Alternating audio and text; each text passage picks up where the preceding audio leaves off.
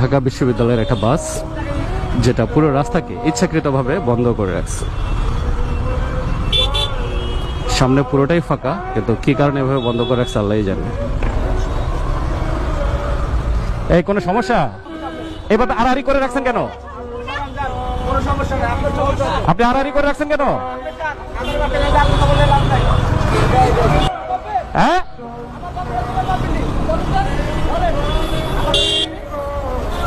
আচ্ছা দাঁড়াও, কি হয়েছে কি হয়েছে কি হয়েছে কি?